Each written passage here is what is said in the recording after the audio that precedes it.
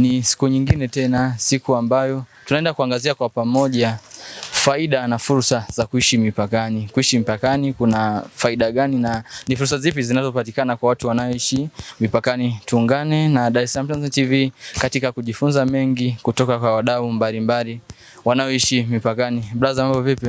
Safi. Inakuaje? Salama. Naitwa nani? Unajishughulisha na nini na ni mkazi wapi? Naitwa Sumani Abdu, najishughulisha na biashara ya kuuza viatu. Ni mwenyeji, naweza nikasema ni mwenyeji wa hapa Rusumo. Na biashara yangu na uzoefu wangu ni biashara ya kuuza viatu. Biashara ya kuuza viatu. Leo mada yetu inazungumzia fursa na faida za kuishi mipakani. Unahisi kuna fursa zipi za kuishi mipakani? Fursa zilizopo hapa mpakani ni kujishughulisha na kazi yoyote ambayo labda unaipenda kwa bidii yako na kuipenda kazi yako. Kama mimi ninapenda kazi yangu ya kuuza viatu. Kiufupi fursa hapa ni nyingi na zipo ukiwa na bidii na biashara yako au kazi yako. Ni sehemu ambayo unakuta hela inayotumika, pesa zinazotumika ni pesa za kutoka nchi nyingi tofauti. Na hii pia inawasaidia nyinyi kujiendeleza kiuchumi?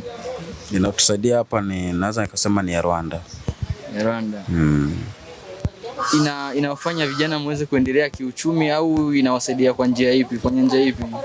Inatusaidia vijana tuendelee kiuchumi kwa sababu naweza nikasema miongoni mwa wateja na wao ni wateja ambao tunawapata sisi.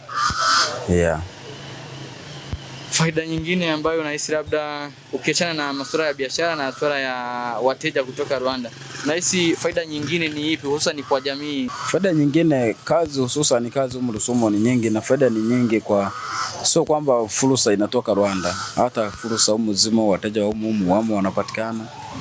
Kwa fursa humu ni nyingi sana kwa kijana yote anajibidisha, fursa humu ni nyingi.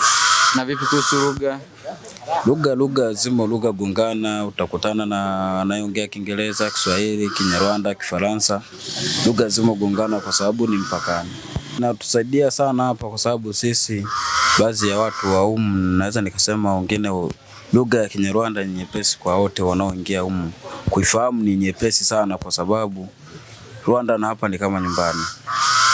Kwa sometime watu kujifunza lugha hiyo na kuielewa haipeleki muda mrefu, na muda tu kidogo mtu anajua lugha ya Kinyarwanda. Ni kwamba mtu yoyote hata kama sio huyo, unajifunza kutokana na namna ambavyo umeishi naye, kwa sababu kuna kitu unaweza unakijua mimi sikijui.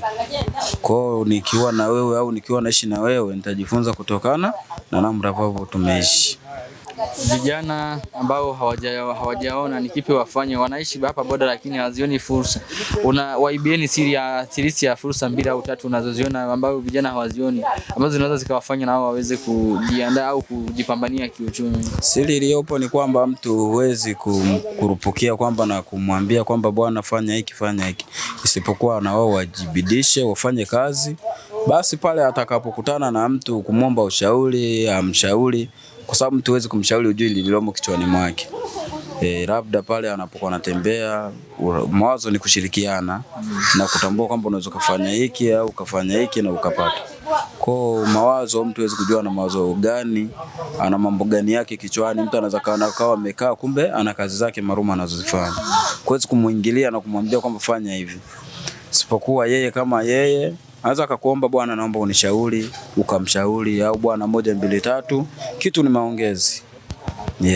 Neno ambalo ningewashauri kiufupi, tupambane, maana maisha ni kupambana, maisha ni kujibidisha. Ni kupambana, kiufupi maisha ni kupambana, ni kutafuta, kwa sababu hakuna aliyezaliwa nacho. Wote wametafuta brother. Hamna aliyezaliwa na mali. Wote wametafuta, kiufupi tupambane, malengo ni utumwa. Kila mtu aweke malengo kwa kazi yake na kitu chake, alenge vitu ambavyo anavitafuta yeye. Kwa kiufupi maisha ni kupambana na kila mtu ana mbinu zake za kupambana kimaisha.